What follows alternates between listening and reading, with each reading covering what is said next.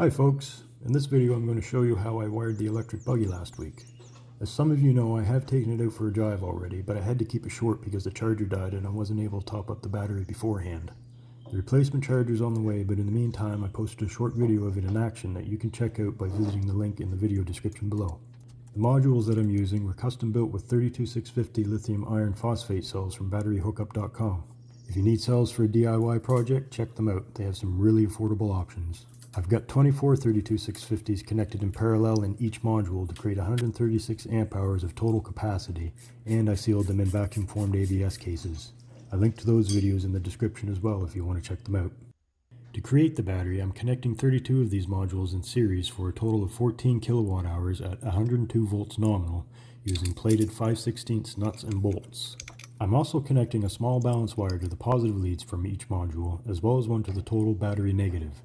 These smaller wires will connect to the BMS, which will use them to monitor and adjust individual module voltage while the battery is charging to help keep them balanced, at least within 5/100ths of a volt.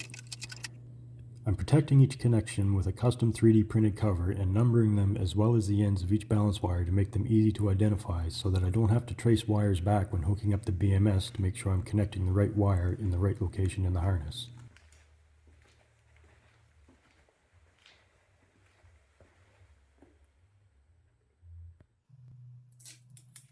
I tape the harness in front of the ports it connects to make it easier to match up the wires. Here I'm soldering the balance wires to the harness that Daily provided with the BMS. I began with the black battery negative wire, then connected the positive balance wire for module 1 next to the negative wire in the harness connector, and then I connected the balance wire for module 2 to the location next to the balance wire for module 1, and so on until all 32 balance wires were connected to the harness.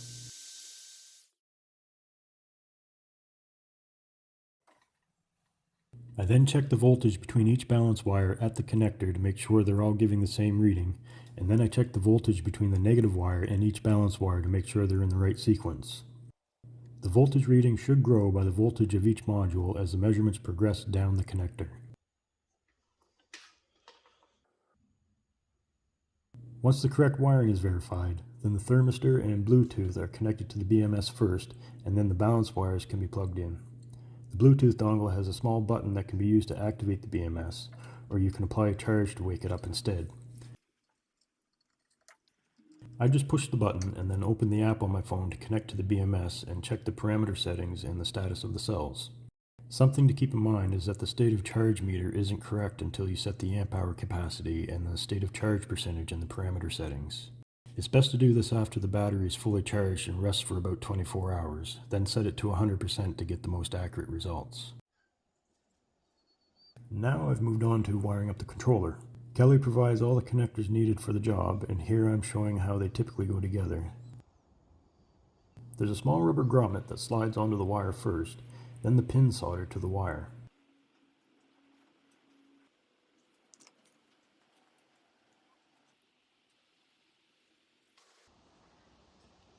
The pin has a couple of tiny flanges that indicate the direction it slides into the connector.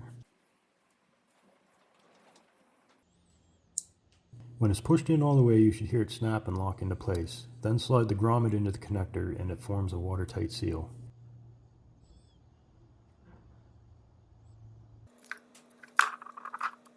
After the connectors are wired up, I plug them into the appropriate harnesses from the motor and buggy accessories and move on to connecting the battery and motor phase cables to the controller.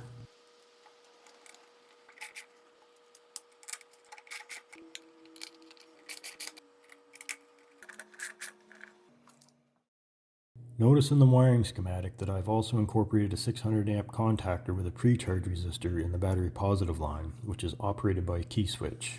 The contactor and resistor are a must-have for protecting the controller against the arcing that would otherwise happen without pre-charging the circuit. The controller also needs to be connected to a separate power supply, which can be a 12-volt battery or an isolated DC to DC converter powered by the main battery. Once everything was wired up and double-checked, I turned power on to the controller and connected to my PC with the RS-232 adapter that Kelly provides so it can be programmed. Because most of Kelly's controllers rely on Hall sensors and the ME1616 motor that I'm using uses a sine cosine signal instead, the standard Kelly user program won't be able to read the signal from the motor. So they have another monitoring program for reading the sine cosine signal. I opened this program and turned the motor shaft slowly by hand to read the minimum and maximum values in the HA/HB fields. From there, I had to calculate the 0 point and amplitude as shown and entered these values into the motor section of the standard user program. I then clicked the right button and waited for confirmation on the screen before exiting the program and rebooting the controller. The controller needs to be rebooted every time a setting is changed in the program in order for it to take effect. I then connected to the user program again to verify the changes were saved, and then I entered 170 in the identification angle field and clicked right again. Then I closed the program and rebooted the controller to initiate the angle identification operation. This is necessary for syncing the motor to the controller and will take a few minutes to complete on its own. Something to keep in mind is to not connect to the user program while the motor is running because it could cause damage to the controller.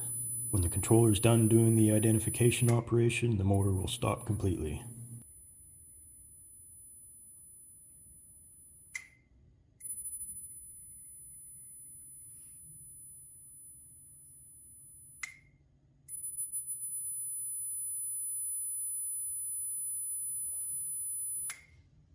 Then the controller needs to be rebooted one more time to finish the process.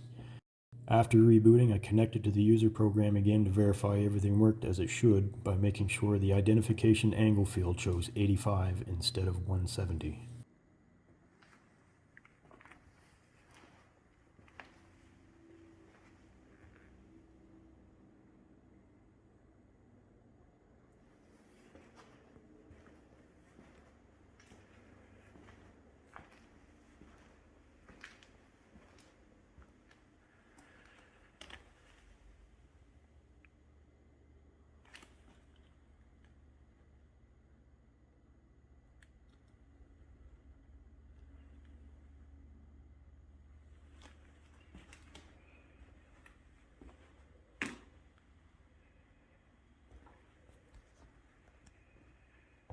Now I'm just checking that the coolant pump and radiator fan are working before testing the throttle.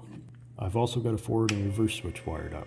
Sometimes the motor doesn't spin in the right direction when it's first hooked up, but that can be switched with a click in the user program. It has loads of settings to play with, some more important than others, like the low voltage and over voltage settings, which need to be set according to the battery specs, but Kelly explains all of these features in their user manual. The motor's a little loud when it's spinning unloaded in the video, so if you're watching with headphones on, then you might want to turn the volume down just a bit.